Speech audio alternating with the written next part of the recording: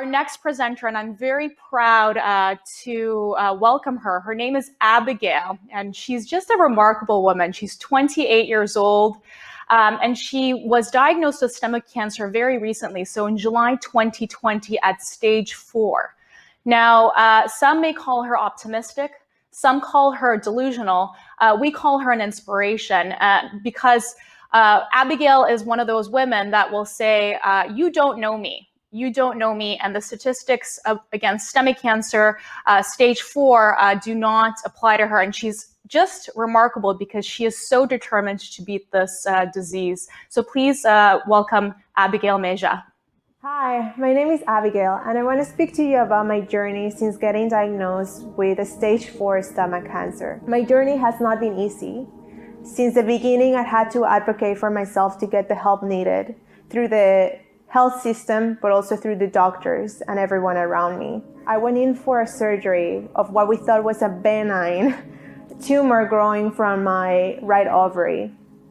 Unfortunately, on the day of the surgery, after waking up, I was actually told that it was cancer. After doing an endoscopy, unfortunately, we found out that it was the stomach cancer. We knew that it was serious because they had found parts of it in other parts of my abdomen, including, of course, my ovary, which was removed, but also my intestine. The surgery ended up being a big surgery. The tumor turned out to be the size of a 5-month-old baby, which I called my baby alien. Unfortunately, my pathology results show that my cancer has metastasized and I was stage 4.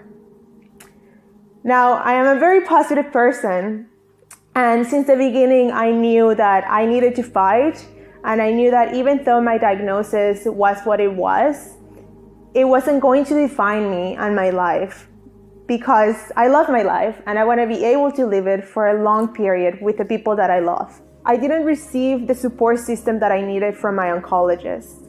Gave me no hope, and he told me that I could start treatment if I wanted to, but that because I felt good right now and I was asymptomatic, he recommended that it was just best for me to go home and enjoy my life. I pushed to get the help that I needed and get into the treatment. I ended up going to a fertility clinic to see if we could salvage any of my eggs from my left ovary. And another surprise was brought to my attention that now I was growing a tumor on the left side of my ovary. Within the couple of weeks since surgery, it was the size of 12 centimeters at the time. My cancer was aggressive. My new oncologist, which I met after having my second round of chemotherapy, brought to my attention new treatment to treat a stomach cancer. This treatment involved immunotherapy, specifically the drug called nivolumab. Unfortunately, this treatment, it was not and is still not approved by Health Canada. However, we knew that this would work for me based on some testing that we did, and the fact that the statistics and the numbers show that almost 50% of their patients that had been treated with this treatment have improved, and the mortality rate decreased by 32%. So right away, I knew that we needed to try this. I knew that if there was anything that I could do to live my life and prolong it, that I needed the opportunity to have a fighting chance to beat this.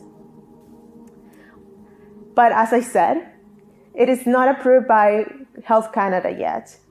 And so this treatment is currently costing me $10,000 a month to save my life. You know, they say life doesn't have a price, but it really does feel like it does. But it's my life. And if there's anything that I can do to give my life a fighting chance, I will do it. Right now, my family is putting the funds to be able to pay it. But this is not a solution that I can have on the long term. Unfortunately, my insurance has not been able to cover for this. And now I'm struggling to be able to meet the needs financially to be able to have this treatment in the future. Because my cancer is metastasized, we don't know how long I would have to do this. But realistically, I know it might have to be for a long time. I'm not giving up.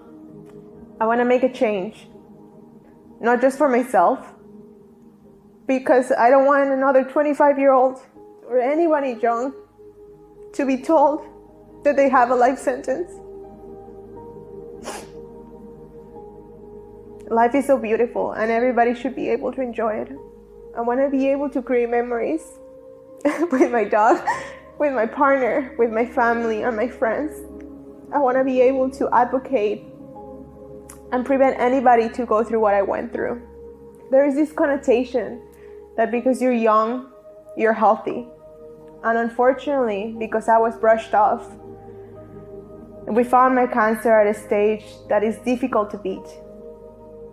I'm so grateful to have the support system to help me, to have great friends, great family, and everyone around me that has come in contact with me. And I have been able to live a very positive life and a very happy life. And I want to be able to keep still doing this for another 30, 50, 60, 100 years. As long as I don't give up and I keep fighting, I know I will be able to get through this. Oh. That's it.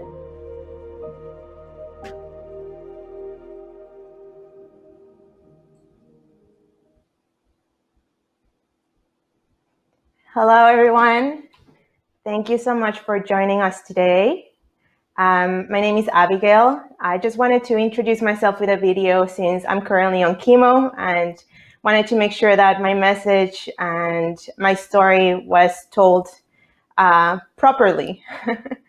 I want to start off by thanking my gut feeling. Through them, I've been able to overcome a lot of different obstacles. One of them being the fact of finding an oncologist that was my main issue that would support me and help me with my journey and my healing journey. Their group for any patient out there or caregiver that is looking for any support has been great. I attended every 2 weeks, and again, I cannot state how much they've been able to help me through all of their support. I want to talk to you more about my journey, specifically how cancer has affected my life. And something that from the beginning, when being diagnosed with cancer, was that cancer, I was not going to let it define my life.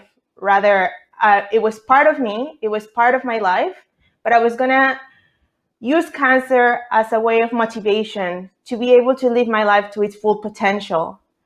And so how have I been able to keep positive throughout all of this? And there are a lot of things in between, but some of the main things that I've been doing has been,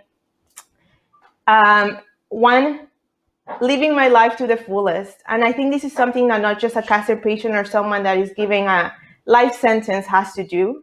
Rather, life is so beautiful, and just being able to wake up every morning, see the sun, get out of my bed, feel my body, and be conscious is something that I'm grateful for.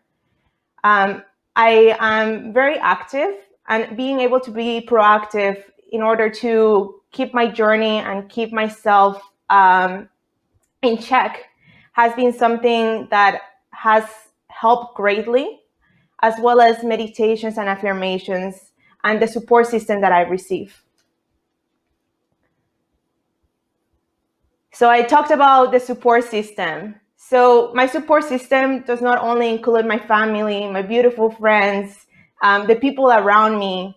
It also does include my medical team. And this was a challenge that I encountered from the very beginning.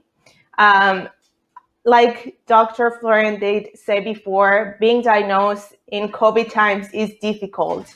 And I had to advocate to get the help that I needed, because we were not getting the diagnosis and the help that I needed from the beginning.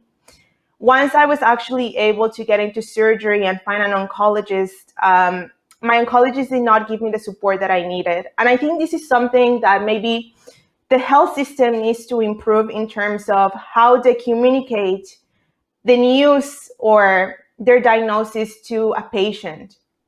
Mentally, I feel very strong. So when I was told that I had cancer, again, it wasn't something that I cried about or I felt sorry about myself.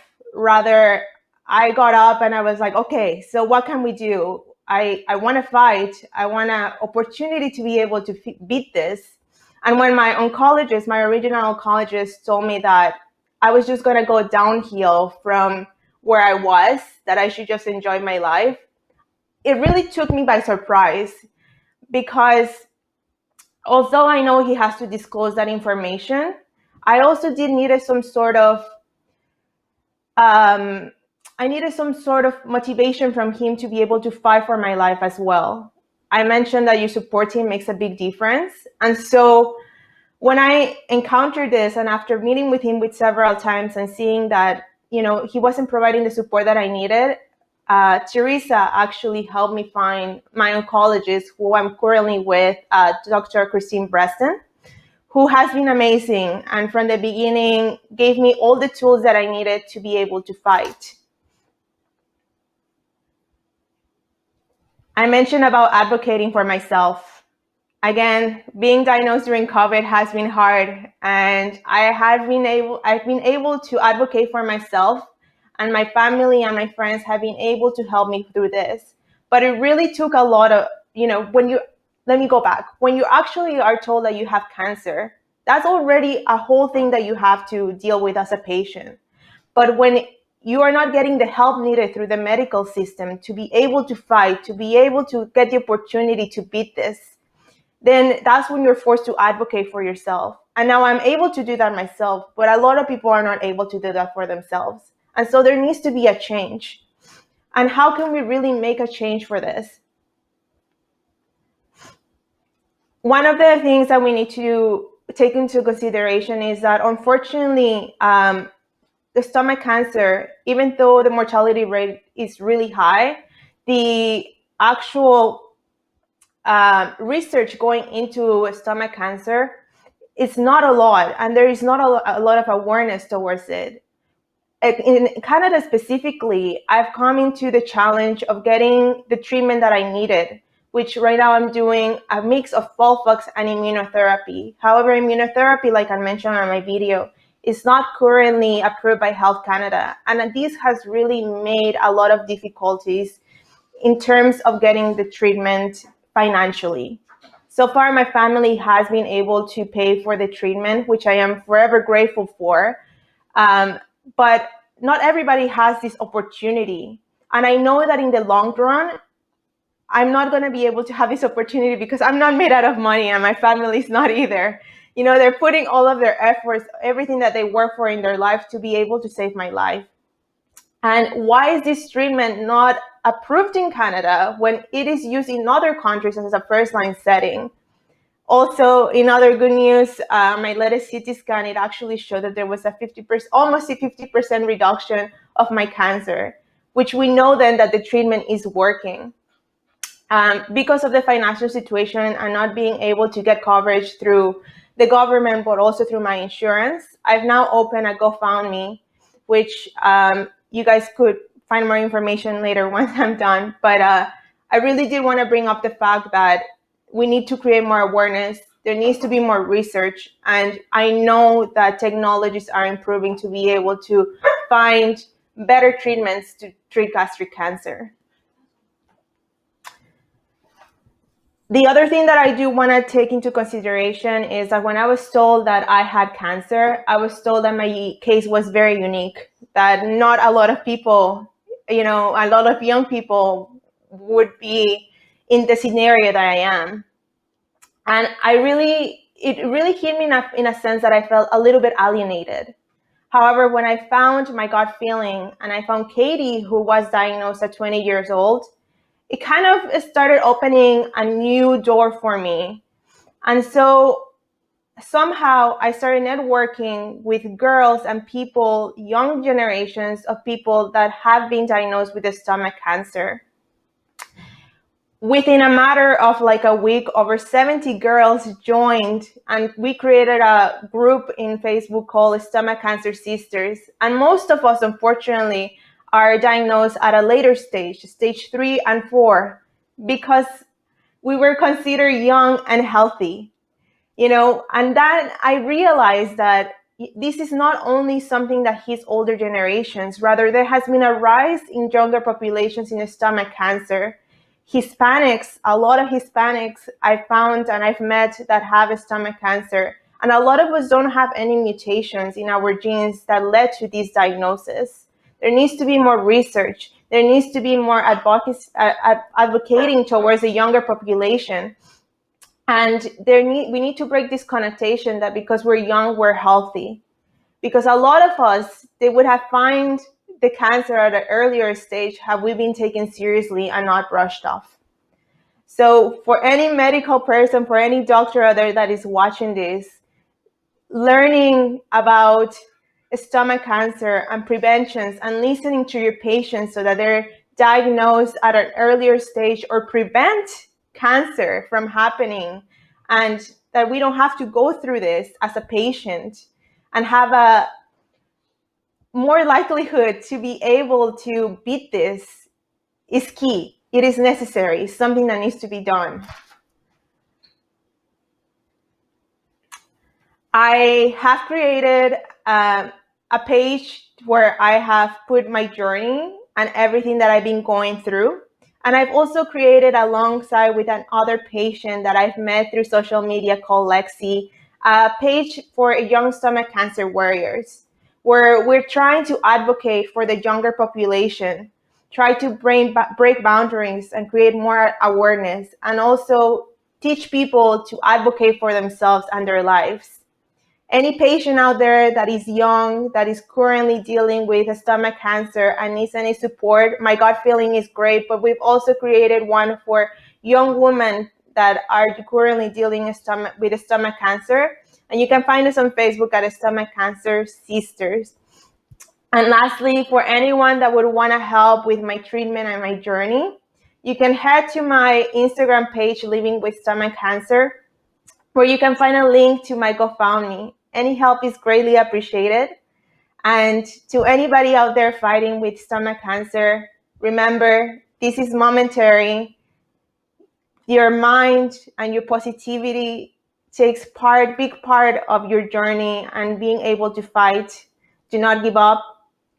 That's my best tip that I could give you. Don't give up. Keep positive and keep living life to this fullest. Thank you so much, guys.